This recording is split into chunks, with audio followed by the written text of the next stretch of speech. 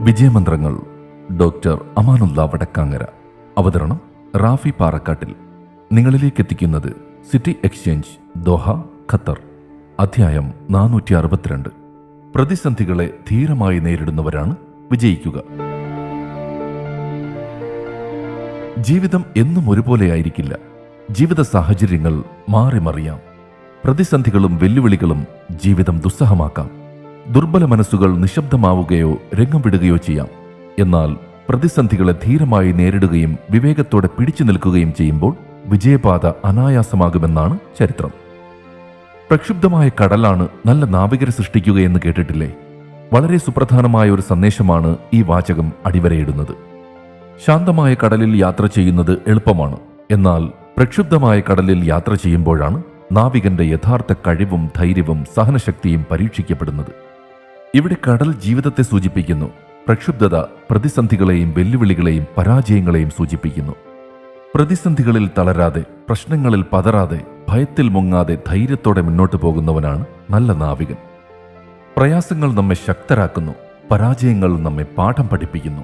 വെല്ലുവിളികൾ നമ്മുടെ ആത്മവിശ്വാസം വളർത്തുന്നു. ഒരു വ്യക്തിയുടെ യഥാർത്ഥ വളർച്ച സുഖസൗകര്യങ്ങളിലല്ല, ബുദ്ധിമുട്ടുകളിലാണ്. ശാന്തമായ ജീവിതം സൗകര്യം നൽകും. പ്രക്ഷുബ്ധമായ ജീവിതം ഏത് പ്രതിസന്ധിയെയും തരണം ചെയ്യാനുള്ള കഴിവ് നൽകും.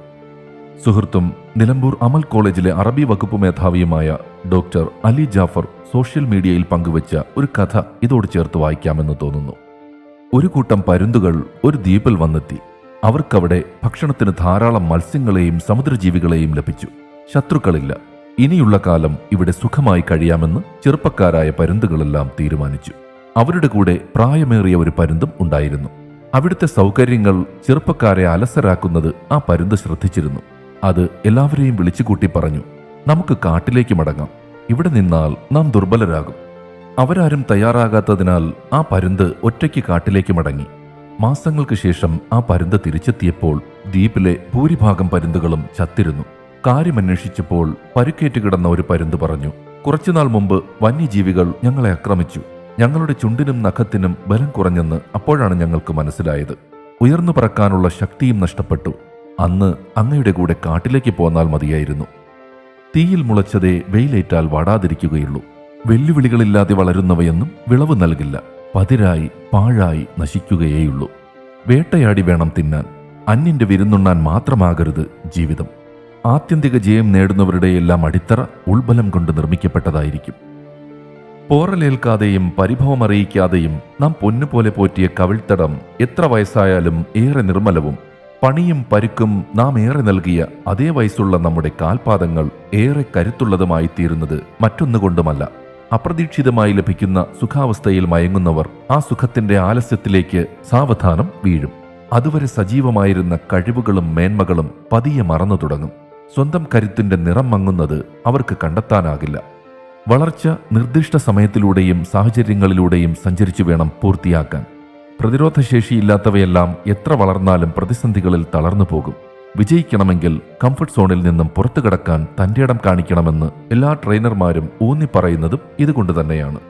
Every successful person has A painful story and every painful story has A successful ending. So accept the pain and get ready for the success എന്നത് നാം എപ്പോഴും ഓർക്കേണ്ട ഒരു വിജയമന്ത്രമാണ്. ഇതൊരു പ്രചോദനവാക്യം മാത്രമല്ല, ജീവിതത്തിന്റെ അടിസ്ഥാനം വ്യക്തമാക്കുന്ന ഒരു സന്ദേശമാണ്. കാരണം വിജയം പൊടുന്നനെ ഒരു ദിവസം പിറക്കുന്നതല്ല. അത് പല രാത്രികളുടെ കരച്ചിലും അനിശ്ചിതത്വവും ആത്മസംശയവും സഹിച്ച ശേഷം പിറക്കുന്ന ഒരു പ്രഭാതമാണ്. ഒരു വിത്ത് മണ്ണിനടിയിൽ അടിഞ്ഞ് ഇരുണ്ടതും മർദ്ദമുള്ളതുമായ സാഹചര്യങ്ങളിൽ കഴിയുമ്പോഴാണ് മുളയ്ക്കുന്നത്. അതുപോലെ മനുഷ്യനും വേദനയിലൂടെ വളരുന്നു. പരാജയം ആത്മപരിശോധന പഠിപ്പിക്കുന്നു. നിരാശ ആത്മവിശ്വാസം തേടാൻ പ്രേരിപ്പിക്കുന്നു. ഒറ്റപ്പെടൽ ആത്മശക്തി കണ്ടെത്താൻ സഹായിക്കുന്നു. വിജയികളെയും പരാജിതരെയും വേർതിരിക്കുന്നത് പ്രതിസന്ധികളുടെ അളവല്ല, അതിനെ നേരിടുന്ന മനോഭാവമാണ്. വേദനയെ ശാപമായി കാണുന്നവർ പിന്തള്ളപ്പെടുന്നു. വേദനയെ പാഠമായി കാണുന്നവർ മുന്നേറുന്നു. ഇന്നത്തെ വേദന നാളെയുടെ ശക്തിയായും ഇന്നത്തെ കണ്ണീർ നാളെയുടെ ആത്മവിശ്വാസവുമാകുമ്പോൾ വിജയം സുനിശ്ചിതമാകും. വിജയമന്ത്രങ്ങൾ. വിജയമന്ത്രങ്ങൾ സംബന്ധിച്ച നിങ്ങളുടെ വിലയേറിയ അഭിപ്രായങ്ങളും നിർദ്ദേശങ്ങളും 00974552625 എന്ന വാട്സപ്പ് നമ്പറിലോ ceomedia+@gmail.com എന്ന ഇമെയിൽ വിലാസത്തിലോ അറിയിച്ചാൽ സന്തോഷമാകും. ഏവർക്കും ശാന്തിയും സമാധാനവും വിജയാശംസകളും നേർന്നുകൊണ്ട് ഞാൻ റാഫി പാറക്കാട്ടിൽ താൽക്കാലികമായി വിടവാങ്ങുന്നു. പുതിയൊരു എപ്പിസോഡുമായി അടുത്ത ദിവസം കേട്ടുമുട്ടാം.